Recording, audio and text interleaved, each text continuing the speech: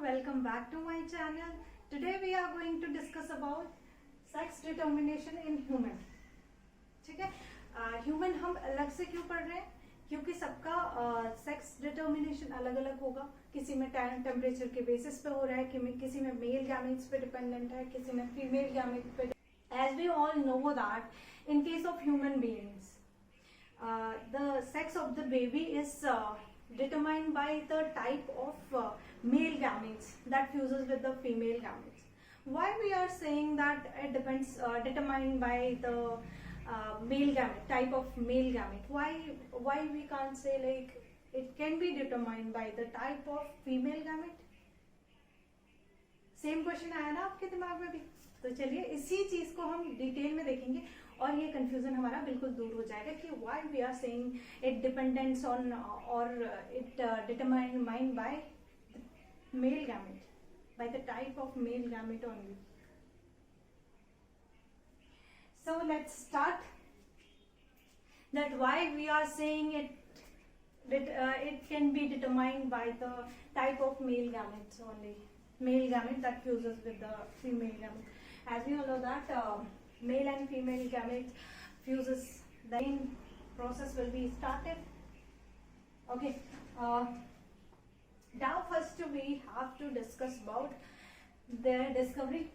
Chromosomal theory of sex determination was discovered by Wilson and Steven.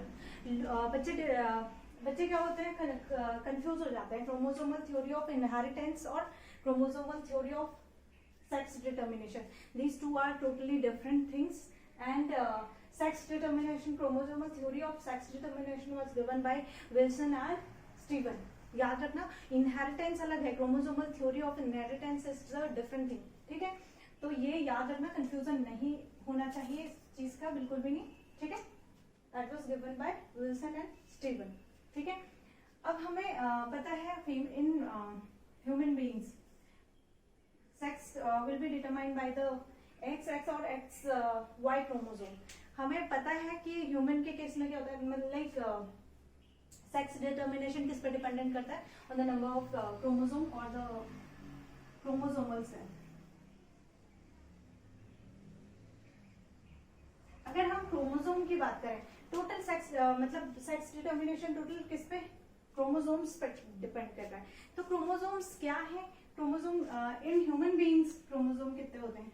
अगर total numbers की बात करें तो ह्यूमन बीइंग्स में 46 हमारे पास क्या होते हैं, क्रोमोसोम होते हैं. ठीक है, 46 क्रोमोसोम और we can say 23 pairs of chromosome. ठीक है, क्या है, 23 पेयर्स ऑफ क्रोमोसोम. अगर हम बात करें 23 पेयर्स ऑफ क्रोमोसोम, यहाँ पे हम कर सकते हैं 23 पेयर्स ऑफ क्रोमोसोम. हमारे पास क्या है, 23 पेयर्स ऑफ क्रोमोसोम है. अब हम 23 पेयर्स को क्या बोल सकते हैं, 22 पेयर्स जो होते हैं सब में क्या होते हैं, सेम होते हैं. ठीक है, इनको बोलते हैं ऑटोसोम्स.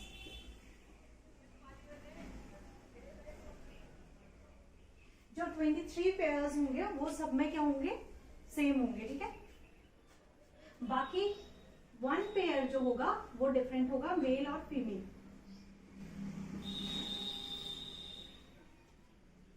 इसी को क्या बोलेंगे हम, एलोसोम. ठीक है, इसको एलोसोम या सेक्स क्रोमोसोम.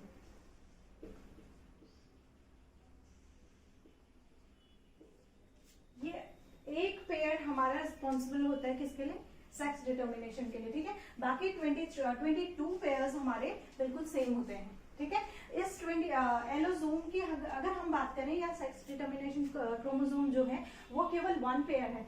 इस 1 पेयर की भी बात करें अगर हम, तो फीमेल में क्या होता है, फीमेल में ये XX होता है और इन case of mail it will be XY. ठीक है, इन case of female it will be XX और इन case of mail it will be XY. ठीक है, हमें क्या देखना है, हमें पता है क्या, ये हमारे फीमेल है, ये है mail. one pair of allosome will be there. अब यहाँ पे फीमेल में क्या बनेंगे, हमारे एग सेल्स बनेंगे, और मेल में क्या बनेंगे, स्पर्म सेल्स. ठीक है, स्पर्म सेल्स में क्या क्या प्रेजेंट है, एक्स और वाई दोनों क्रोमोसोम्स प्रेजेंट है. ठीक है, इस एक पेयर में.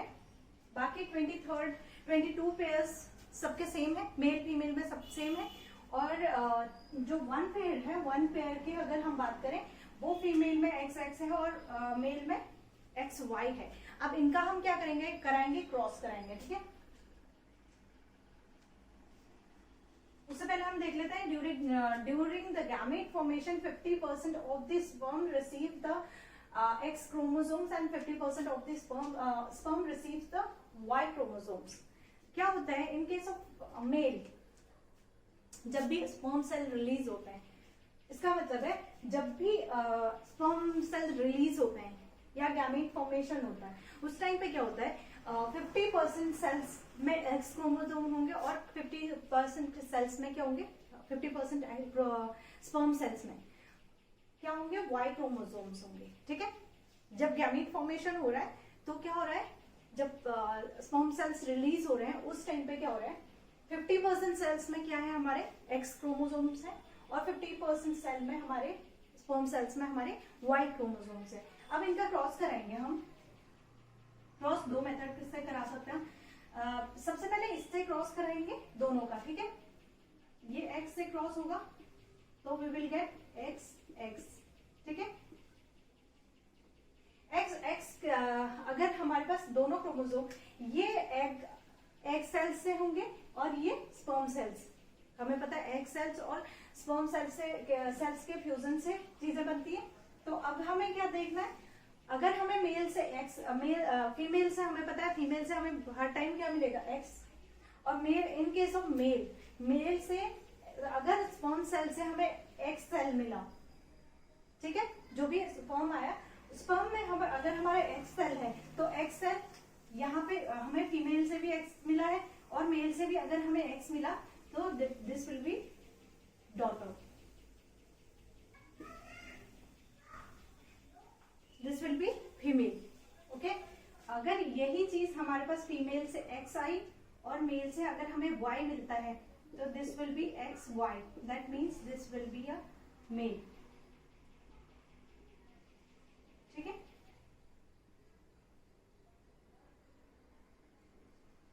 This will be mail.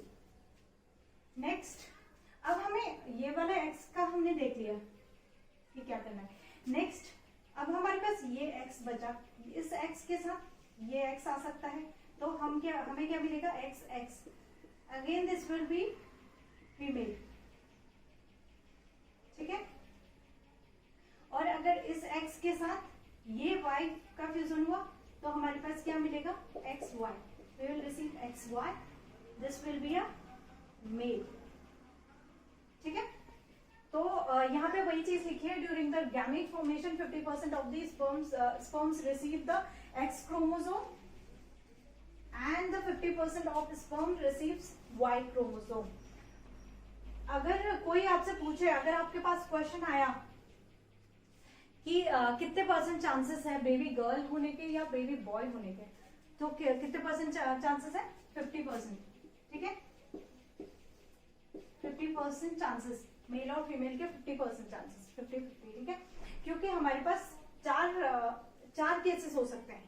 ठीक है, यहाँ से x मिलेगा तो यहाँ वाला y आ सकता है, यहाँ से x दोनों x मिले तो फीमेल होगी, यहाँ का x और y मिले तो क्या होगा, मेल होगा. सेम केस यहाँ पे इस वाले x से कराए, यहाँ पे x मिला, x और y मिले तो मेल हो जाएगा, यहाँ पे x x तो हमारे पास क्या हो जाएगा, फीमेल.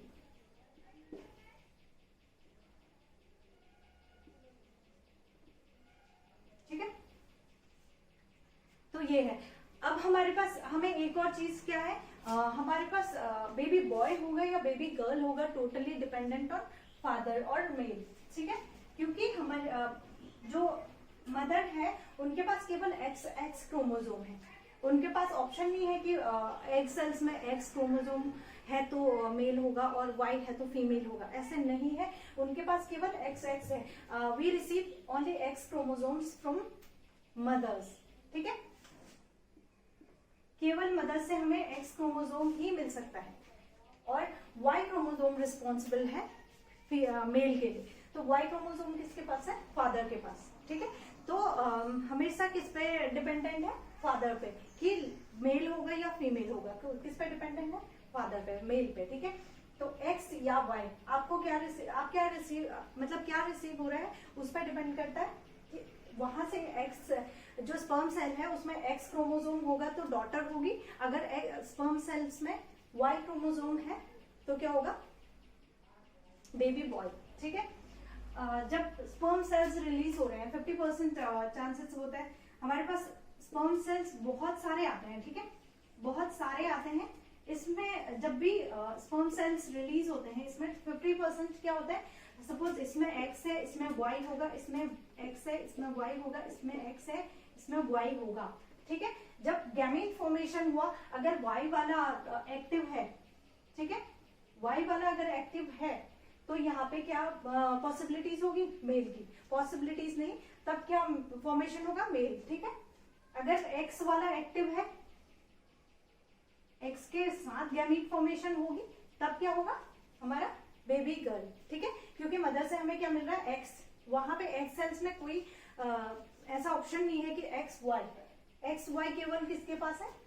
मेल के पास, यानी कि केवल स्पर्म सेल्स में है, ठीक है। तो यहाँ से एक्स वाई दोनों जा रहे हैं, वो डिपेंड करता है कि एक्टिव कौन सा है, एक्स या वाई, ठीक है।